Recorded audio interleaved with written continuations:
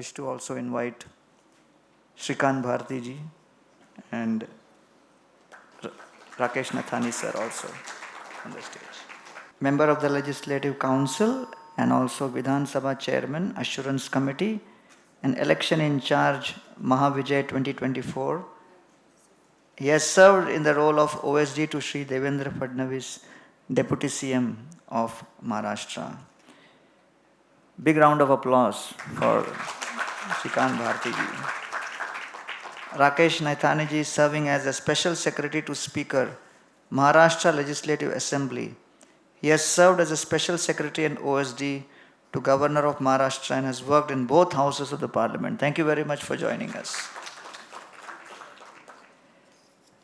So, at the very outset, I would like all of us to offer a prayer, and I request everybody to fold their hands as we pray. Please repeat after me. Om Purnamada Purnamidam Purnat Purnamudachyate Purnasya Purnamadaya Purnameva Vashishyate Ishavasyamidam sarvam Yat kinchit jagatyam jagat Tena tyaktena bhunjita Magrada kasya svidhanam Ayu sattva balarogya Sukha priti vivardhana Rasya snigdha stira hridya Ahara satvika priyaha Ahara shuddhau sattva shuddhi Sattva shuddhau dhruva smriti Smriti lamhe sarva granthinam Vipramoksha. The personality of Godhead is perfect and complete, and because He is completely perfect, all emanations from Him, such as this phenomenal world, are perfectly equipped as complete wholes. Whatever is produced of the complete whole is also complete in itself. Because He is the complete whole, even though so many complete units emanate from Him, He remains the complete balance. Everything animate or inanimate that is within the universe is controlled and owned by the Lord. One should therefore accept only those things necessary for himself, which are set aside as his quota, and one should not accept other things, knowing well to whom they belong. This is a verse from Bhagavad Gita, 17th chapter, 8th verse, translation. Foods dear to those in the mode of goodness increase the duration of life, purify one's existence, and give strength, health, happiness, and satisfaction. Such foods are juicy, fatty, wholesome, and pleasing to the heart. The translation of the verse from Chandogya Upanishad, which speaks about Ahara Shuddho and Sattva Shuddhi, quoted by His Divine Grace Srila Prabhupada in the purport of the Bhagavad Gita. Translation: by performance of yajna, one's eatables become sanctified, and by eating sanctified foodstuffs, one's very existence becomes purified.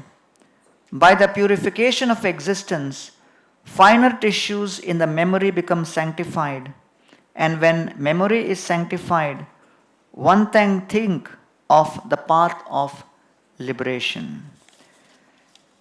On behalf of ISKCON's Govardhan Eco Village, I am very honored to welcome His Divine Grace Shri Vijendra Saraswati ji, who has come as a guest with Sri Gajanan Dange ji, Gajanan Dange ji, Shrikant Bharti ji, Rakesh Nathani ji, and all the guests, all the delegates, speakers, and our esteemed sponsors and supporters for this event, partners of this event.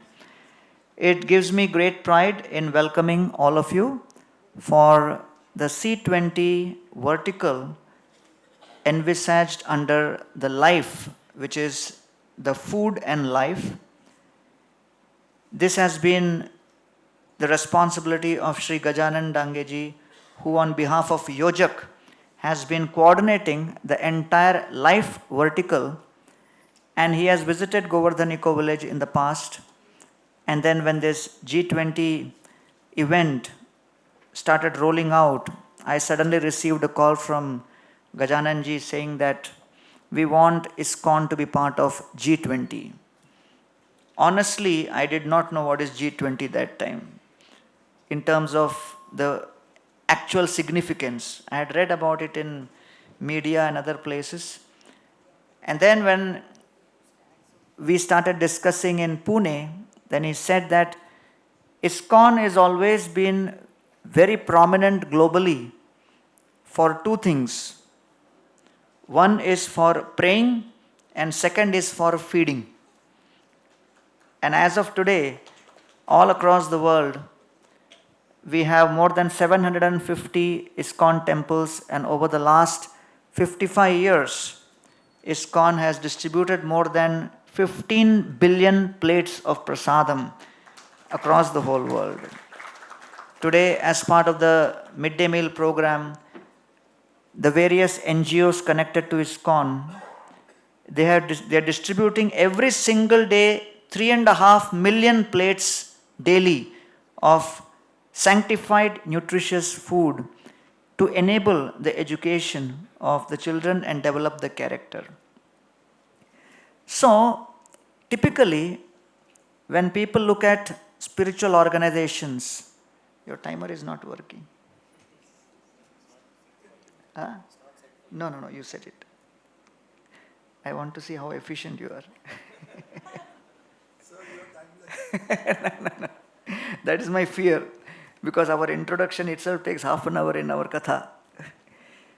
So, typically, when I go for programs and conferences, people look at me and say that, okay, what's a spiritual person doing in this kind of a conference? Because I was giving a talk in MIT Boston, and one professor came to me after the lecture and said, hey, they introduced you that you are from IIT Bombay, but you are speaking Bhagavad Gita, which is very strange. Your dress is even more strange. Your hairstyle is totally strange. So, I don't know who you are. Are you engineer, doctor, what are you? So I said, sir, I am a Vedic psychiatrist. And when people say, I don't believe in religion, I don't want to come into all this kind. I said, who says religion? Who says spirituality? We are into healthcare. And healthcare is important or not important? Very important. So today India has 70,000 hospitals and 2 million temples. And another important data is post-COVID, several businesses have closed down, not a single temple has closed down. So interestingly, the way forward, as we see, is since time immemorial, India's Sanatan Dharma and Vedic tradition, it helped in creating mature, responsible citizens by combining three elements. First, by making individuals of society spiritually absorbed, purpose-centric, giving them a direction. Because every journey begins with the GPS, your destination. So therefore, that is the first principle for a satisfied, peaceful, harmonious society, to be spiritually absorbed, to be purposefully absorbed, knowing which direction you want to go. Second, once a person is satisfied within, then he has to automatically become socially sensitive. So traditionally, if you see, till around 1800, when India's GDP contribution was amongst the topmost in the world, we had a society which cared for each other automatically by default. Because if you're transformed within, you would want to express compassion without. So when there is spiritual absorption is followed by social sensitivity. And then when a person is both spiritually absorbed and socially sensitive, then he becomes environmentally alert. And he has to respect the environment because he sees that ultimately my existence is because of multiple factors put together. And therefore, here at Govardhan Eco Village, following the inspiration and the direction of the founder of ISKCON, His Divine Grace Srila Prabhupada, who in his 6th purpose of ISKCON mentioned that one of the purposes of ISKCON would be to showcase simple living and high thinking centered around cow protection and agriculture. And then, following in his footsteps, His Holiness Radhanath Swami Maharaj, the founder of Govardhan Eco Village, inspired one of the first ISKCON's initiatives in rural India, in the midst of 6.5 lakh villages. ISKCON has almost 350 temples in India, but this is practically one of the first of its kind in rural India, thanks to the efforts of all the devotees and supporters. And therefore, we are very honored, Sir Gajananji, for your confidence in us. As part of the Secretariat, he has a major responsibility as a stakeholder so that each and every conference which happens follows a certain decorum, follows a certain system, and he has been leading our entire vertical of life exceedingly well. I am grateful to Gajanan sir. I am also grateful to Rakesh Nathani ji, who is part of the government and one of the people who knows the government's functioning so astutely. And he's like our government consultant on various things. And he has been always very supportive. And he was also like a fellow traveler when Yachanit and Sammy organized our fam trip to Israel last year. And we had an excellent time together. And Srikanji is the one who came up with the idea that ISKCON in Palghar, since they are engaged in not just spiritual activities, but also working in more than 150 villages through the Govardhan Rural Development, they should take all these initiatives of healthcare, livelihood, education, and skill development and malnutrition eradication, all of this put together under one banner of Atmanirbhar Palghar.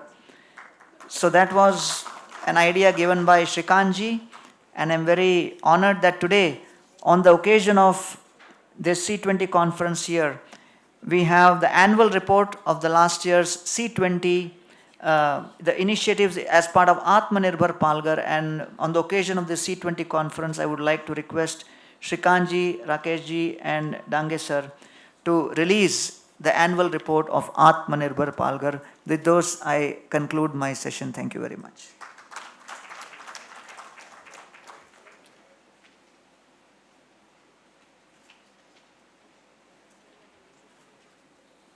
Can we have a huge round of applause, everyone?